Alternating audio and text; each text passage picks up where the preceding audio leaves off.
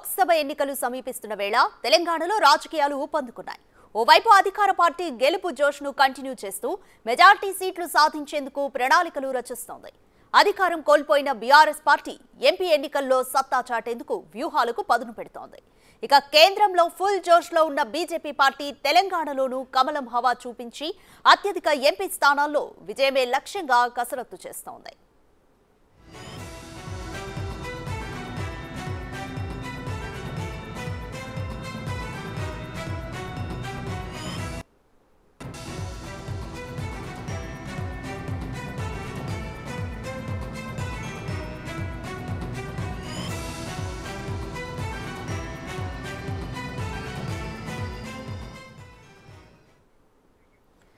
Complete details మా ప్రతినిధి Venkat live లో అందిస్తారు.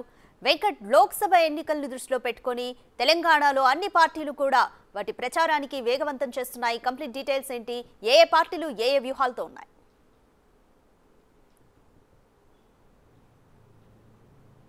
రాధిక, వచ్చే పార్లమెంట్ ఎన్నికలకు బీజేపీ సమాయత్తమవుతుందని చెప్పుకోవచ్చు. ఇప్పటికే తెలంగాణలో ఉన్నటువంటి 17 పార్లమెంట్ నియోజకవర్గాలను 5 క్లస్టర్లుగా విభజించింది.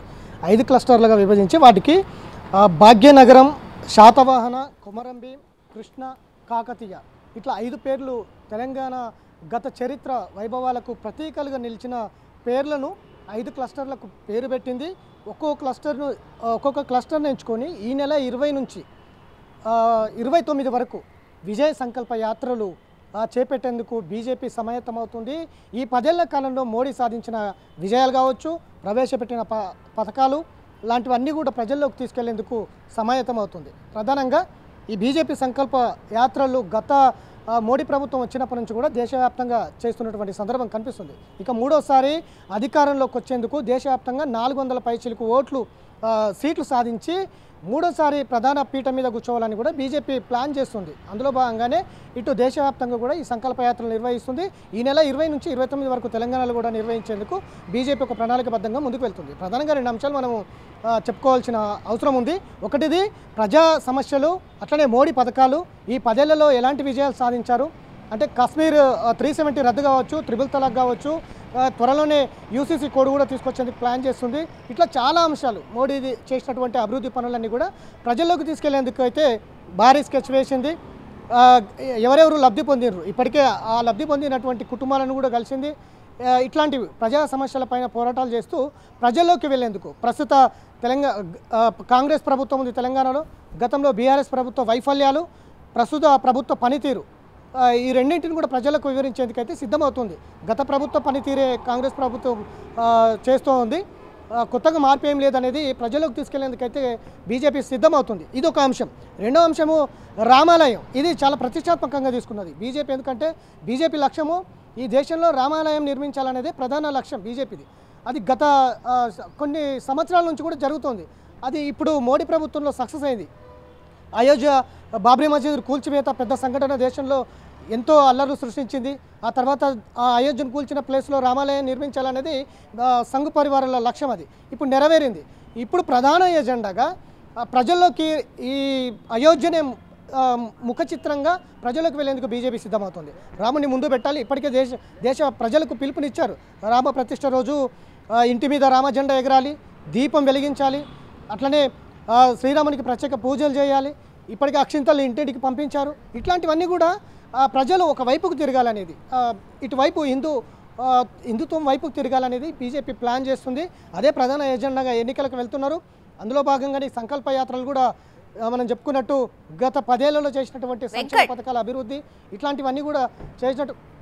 రైట్ వెంకట్, అయోధ్యలో జరిగిన శ్రీరాముడి ప్రాణ ప్రతిష్ఠ తెలంగాణలో బీజేపీకి ఏ విధంగా ప్రభావితం అయ్యే అవకాశం ఉంది? ఏ విధంగా ప్రభావం చూపించే అవకాశం కనిపిస్తుంది? దక్షిణాది రాష్ట్రాలలో ప్రధాన ఎజెండాగా బీజేపీ కొంత పట్టు లేకపోయినా కూడా ఈసారి రామాలయాన్ని ముఖ చిత్రంగా పెట్టి ప్రజల్లోకి ముందుకు వెళ్ళాలనేది బీజేపీ ప్లాన్ చేస్తుంది. ఎందుకంటే ఇప్పటికే దక్షిణాది, ఉత్తరాది ఇట్లా ఉన్నది.